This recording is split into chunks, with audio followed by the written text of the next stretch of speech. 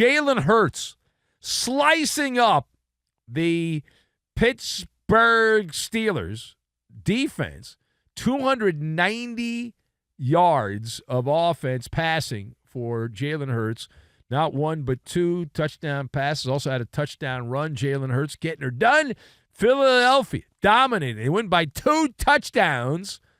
They get a 27-13 win on the home field. The Birds improved to 12-2 on the season, and they are now even with Detroit in the standings. The Lions losing to Buffalo. However, the Lions hold the tiebreaker. They have a better conference record, so even though they have the same record for the moment, because of the tiebreaker, the Lions are ahead of the team from Philadelphia. As for the Yinzers, they dropped to 10-4 on the season. However, they did clinch a playoff spot. Playoffs? So they're in the playoffs. The better story, though, is in the losing locker room. So that is where we will direct our attention. So the question for the esteemed panel, which you're part of, Russell Wilson was sauce. He was weak sauce for the Steelers in this game. Is this an issue or just a blip on the radar that Russ did not play particularly well in this game? So I've got wheel, governor, and false advertising. Combine all of these things together and we'll make just a small down payment, and then we'll make our monthly payment. We'll be good to go. So first of all, it is a cautionary tale. Cautionary tale.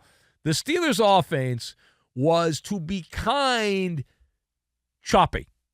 Choppy. It was choppy at best. Mr. Unlimited had a clunker. He had a clunker. Now, this game was not the worst game that Russell Wilson's played, but it is a public service announcement. It's a PSA. It's a PSA. Look like the Bronco version. Look like the guy that had been in Denver, not the guy that had played better for Pittsburgh this year. Russell Wilson was back. He was back behind the wheel, and he was driving the struggle bus. He was behind the wheel driving the struggle bus. You know it's true. Now, our old friend Roberto, who left the show, he drives the bus, hopefully not the struggle bus.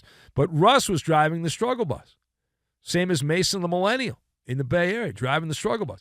But his final numbers were blah. The final numbers.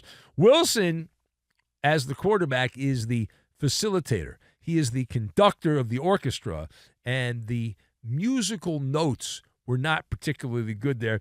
Very predictable slop. Pittsburgh had 9 possessions. They punted 5 times. They were really bad early on. Really bad early on, the Pittsburgh Steelers. They ended up with a couple of field goals, 1 touchdown. Russ also had a fumble. Bug on the rug. Fumble. And that led to an Eagle touchdown.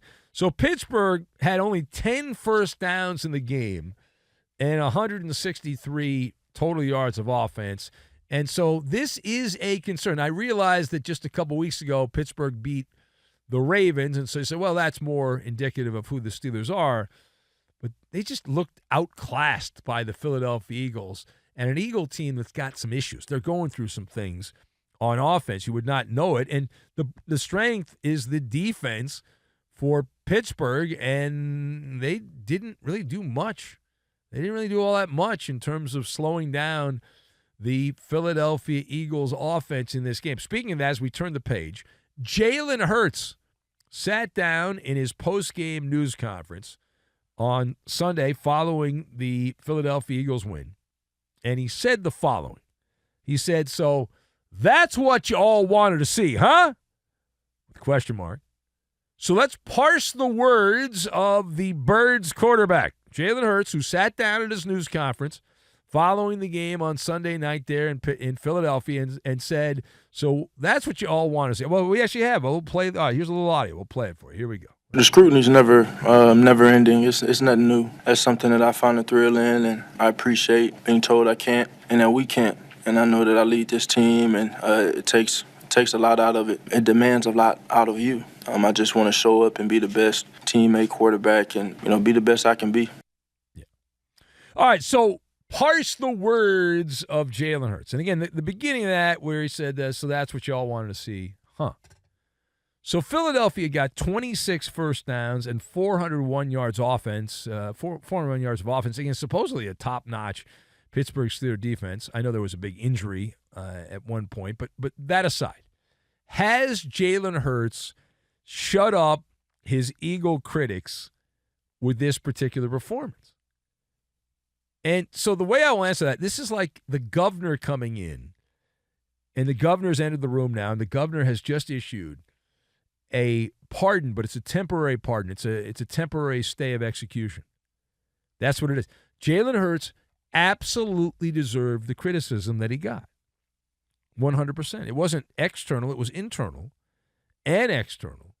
All right? By saying that that's what y'all wanted to see, you know what that is? That is a dead giveaway. That is self-incrimination. That is self-incrimination.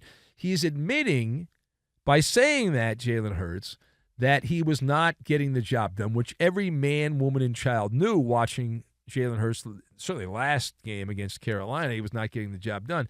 And so here we are, despite a 10-game winning streak, Jalen Hurts, he's going through some stuff. Now, he looked much better in this game, and that's the standard, and he played well, and that's great and all that. But the prior game, Hurts, and really several games this season, Hurts has been very hesitant. He's been skittish, very cautious with the football, overly protective. And so you've a 10-game winning streak, which is great and all that stuff, and now you're technically tied with the Lions, although you're not quite because of the tiebreaker. But 1 week doesn't cure everything. Now, there's all kinds of stories bouncing around about how messed up it was behind the scenes. My favorite was that Nick Sirianni, the Philadelphia coach, showed the Eagles videos of togetherness among the drama between A.J. Brown and Jalen Hurts. Can you imagine the amount of players on the Philadelphia Eagles that rolled their eyes when Nick Sirianni is showing videos to the team about togetherness? Oh, God, that must have been so terrible. So terrible. Those are the worst, right? Oh, my God. But so, again, go back to the point. Jalen Hurts, he's admitting that the criticism was warranted. He's admitting that he wasn't getting the job done by his own commentary. That's how I parse the words. And to add on to that, the pardon is a temporary pardon. It's like a sleeper cell. The next time Jalen Hurts goes out there and pukes all over the field, and that will happen at some point again, then all of the criticism will return. And A.J. Brown will be upset, and he'll complain, and we'll be back to where we were. But for now, yeah, that's a good job by Jalen Hurts in that particular game. But as soon as he stubs his toe, we'll be back. All right, final thought. We head to Los Angeles. Well, actually, in the hood, in Inglewood, and up to no good. It's where the interconference matchup, NFC, AFC, took place. I was at this game. Now, the main reason I was at this game were to see two people.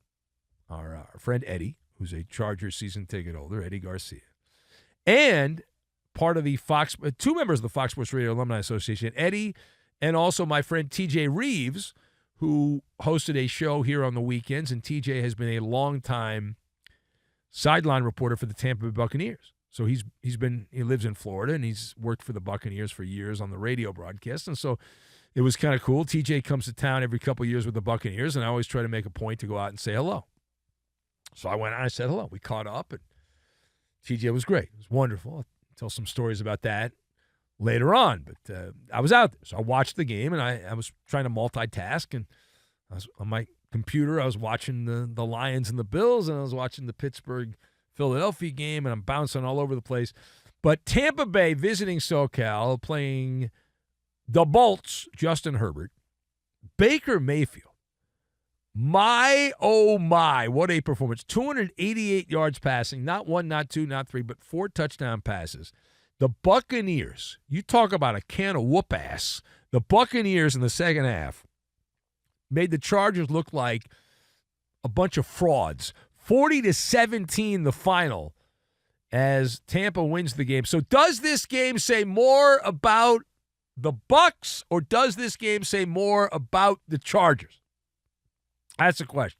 So the arrow on this one, while Tampa was impressive, and their second half was a chef's kiss, the way Baker Mayfield absolutely carved up the Charger defense, the finger of blame is directed towards the Chargers. That's the story here. The Chargers, who are still a playoff team, despite all of this, they are the final team in the AFC playoffs.